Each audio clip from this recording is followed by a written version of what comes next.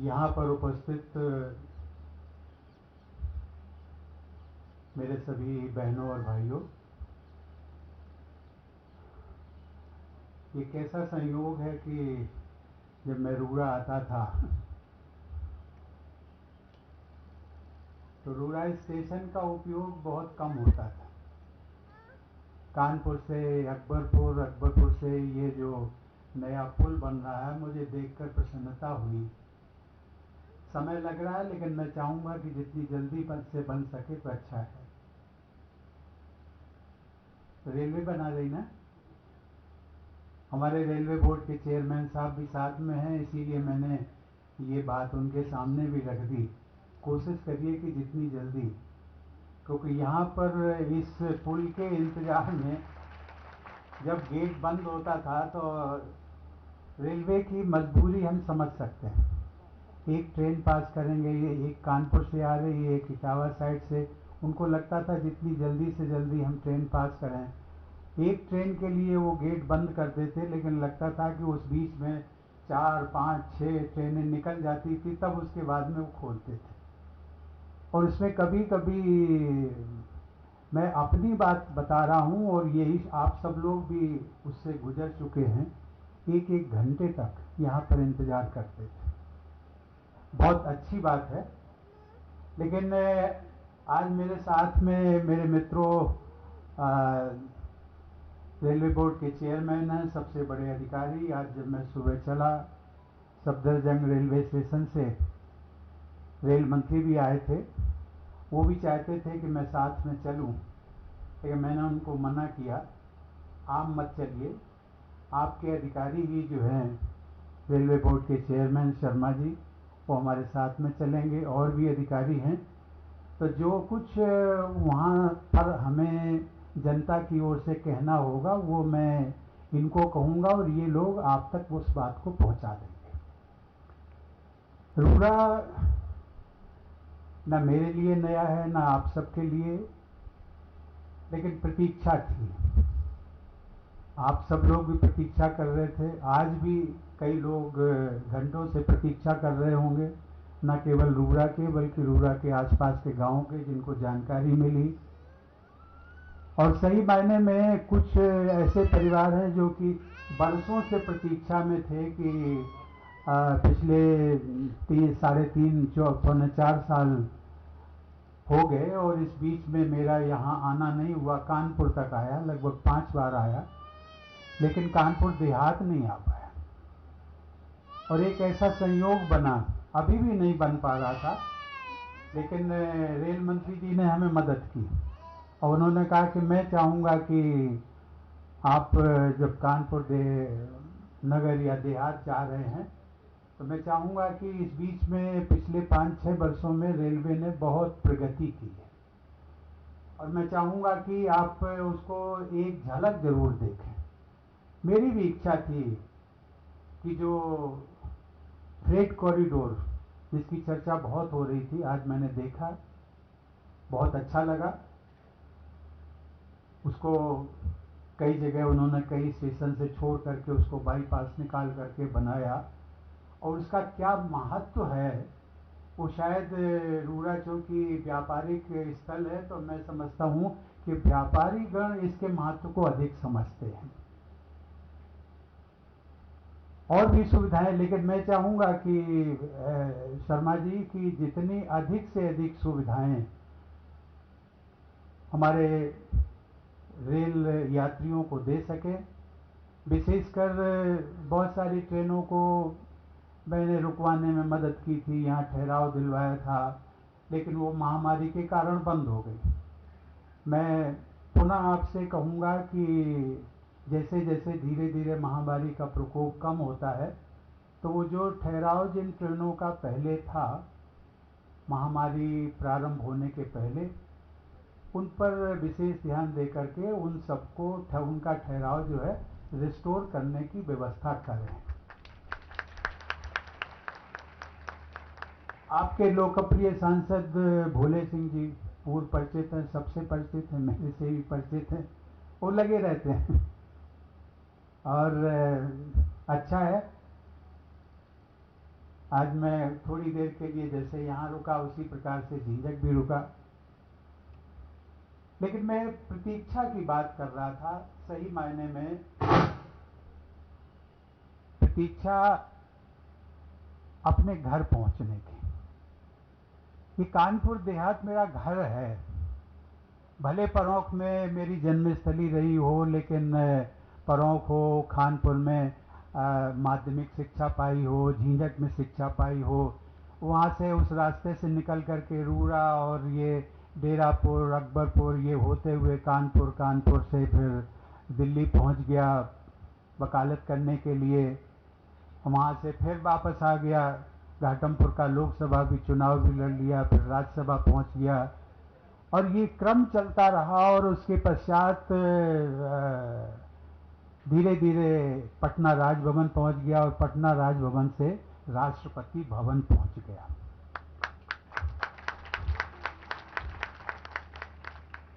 ये रास्ता, ये जो एक गाथा है, संघर्ष की गाथा, लेकिन मुझे प्रसन्नता होती है कि मैं एक ग्रामीण परिवेश से निकल करके आया, और यदि संघर्ष के माध्यम से, आप सबके आशीर्वाद से, और ये प्रतीक्षा मैं कर रहा था कि मैं अपने घर कब पहुंचूं, नज़दीक से नज़दीक स्थल पर कब पहुंचूं, और उन सबका, हमारी संचालिका महोदय कह रही थी कि मैं आशीर्वाद देने आया हूं। गलत बात है, आशीर्वाद देने नहीं, मैं आप सबका आशीर्वाद लेने आया हूं। ये सचमुच मैं यहाँ से और राष्ट्रपति भवन तक पहुँच गया, वो सब कानपुर की धरती और यहाँ के रहने वाले आप सब लोग महानुभाव, शुभ चिंतक और जो हमारे वरिष्ठ जन हैं, आप सबके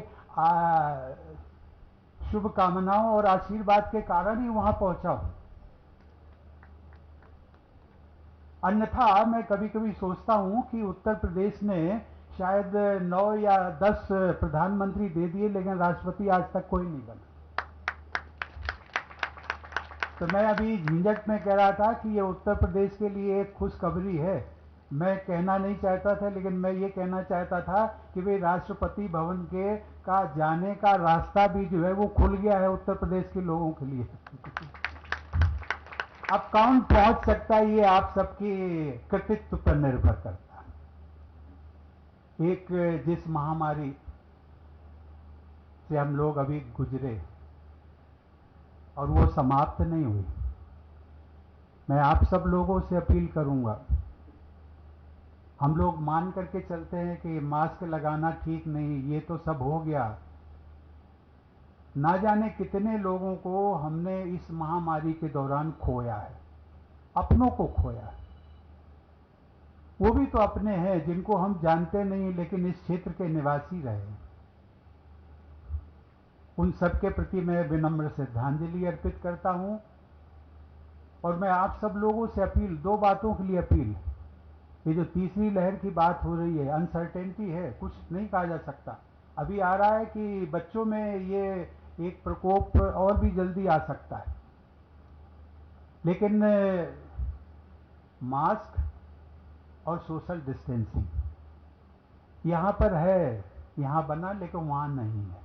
मैं दिक्कत समझ सकता हूँ, लेकिन प्रयास करिए, मास्क जरूर लगाइए।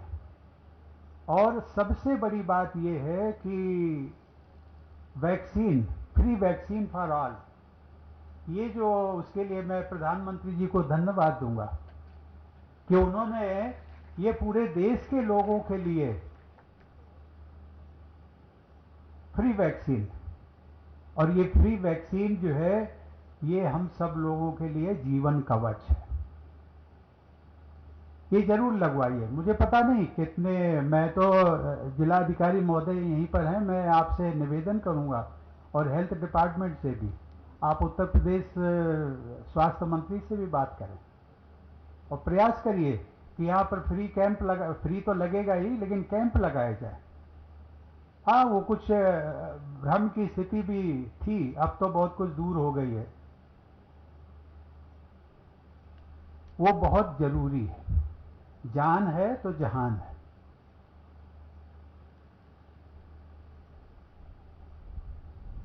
यहाँ पर बार बार आने की इच्छा होती है, लेकिन है मर्यादा है, पद की मर्यादा है, और भी कई मर्यादाएं हैं। और एक बार मैंने कहा था कि किसी ने कहा कि आपके लिए क्या परेशानी क्या है, आप तो हमारे यहाँ 1 घंटे के लिए आ जाइए। तो मैंने कहा कि लगता है आपको कि 1 घंटे के लिए, हमें भी लगता है कि 1 घंटा कोई बहुत बड़ी बात नहीं होती है, लेकिन 1 घंटे का खर्चा जो आता है वो टैक्स पेयर पर लगेगा। अब वो टैक्स पेयर आप सब लोग हैं, और 1 घंटे का किसी विजिट में देश के किसी कोने में जाने में अलग अलग अंतराल दूरी पर है, लेकिन एक बार मैंने जो उसका मोटा मोटा इसका कोई एक सही तथ्य वो कैलकुलेशन नहीं आया, लेकिन ऐसा लगता है कि 15 से 20 लाख रुपया 1 घंटे जाने का पूरे प्रशासन पर खर्च हो जाता है। और वो किसका पैसा है? हमारा है, आपका। और यही पैसा यदि विकास के कार्यों में लगे तो राष्ट्रपति जी को यहाँ रूड़ा आने की क्या जरूरत है? मैं तो कहता हूँ कि यदि मुझे 4 बार आना हो तो यहाँ पर 60 से 70 लाख रुपया वो अगर विकास कार्यों में लग जाए तो हमें बड़ी खुशी होगी।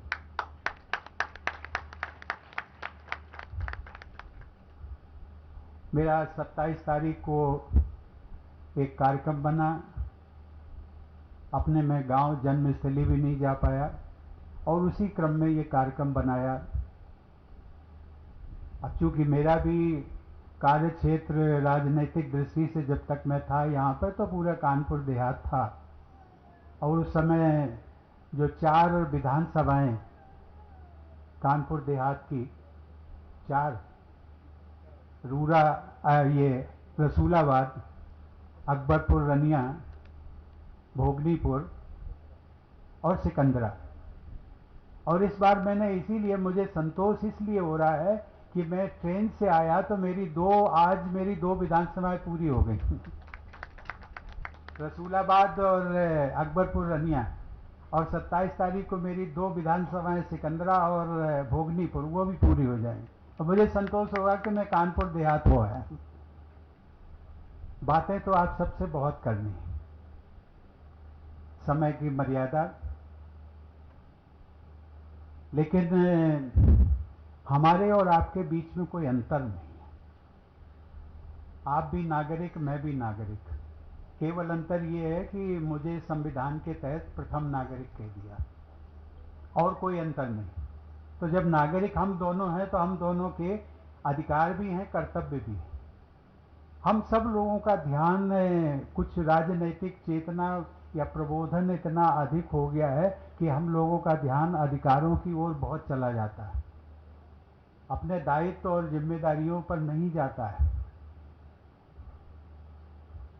उसका मैंने अभी झिंझक में विशेष उल्लेख किया था, उस पर भी हम ध्यान दें।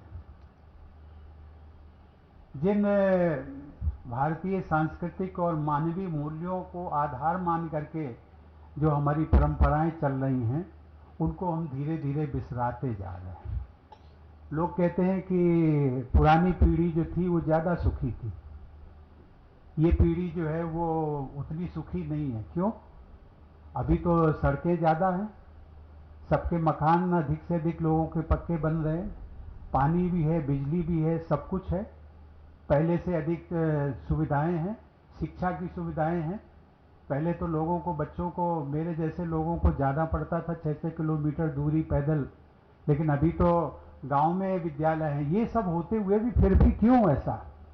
वो इसलिए क्योंकि हमारी जो एक वसुधैव कुटुंबकम की जो सोच थी मानवीय मूल्यों पर आधारित, उसको धीरे धीरे उसमें जो गिरावट आई है, उसमें सभी क्षेत्रों में गिरावट है। मैं उसके लिए कोई एक विशेष क्षेत्र की बात नहीं करूंगा, लेकिन ये सोच से जो आधुनिकता का जो एक आवरण पहन करके जो हम चले हैं, और उसकी जो एक ऑब्जेक्टिव, जिसको लोग कहते हैं कि यही ऑब्जेक्टिव है, और वो क्या है? To become rich overnight. ये सबसे बड़ी बाधा है, और इस बाधा ने इतनी रुकावट कर दी है कि हमारे पड़ोसी के साथ संबंध नहीं है, बेटे और आपका पिता के साथ संबंध नहीं है, पति पत्नी के साथ में जो व्यवहारिक संबंध होने चाहिए उनमें गिरावट आ रही है। कहीं ना कहीं एक एक इस प्रकार का कि स्वार्थपरता की झलक हमें ज्यादा दिख रही है। हर चीज, यदि मैं इनके पास जा रहा हूं, ये आ रहे हैं तो मुझे क्या इनसे, मुझे इनसे क्या मिलेगा, ये जो सोच है, ये सोच हमारी जो परंपरा थी वसुधैव कुटुंबकम और भारतीय संस्कृति पर आधारित जो मानवीय मूल्यों की, उसमें कमी आ रही, ये उसका प्रमुख कारण ये। कहीं ना कहीं इस पर हमें पुनः, आप सब लोग प्रबुद्ध व्यक्ति हैं और कानपुर देहात का जब लोग कहते हैं ना मुझे प्रबुद्ध कहते हैं, तो मुझे खुशी होती है कि मेरा कानपुर देहात के सभी लोग प्रबुद्ध हैं। और प्रबुद्ध के नाते वो इसको मैं एक लाइन में और बता दूं, सेंट्रल यूनिवर्सिटीज और जो नेशनल इंस्टीट्यूट्स ऑफ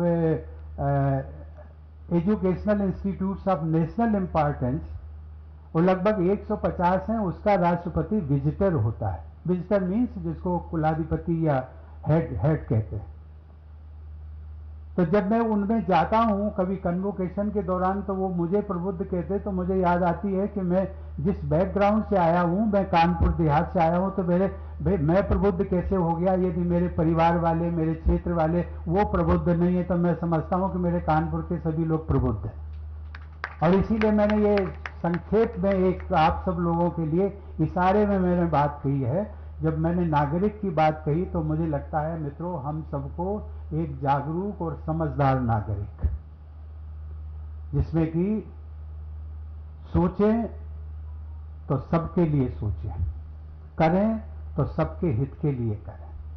उसमें देश का हित अगर छुपा है तो उसमें हमारा हित भी सार्थक होगा।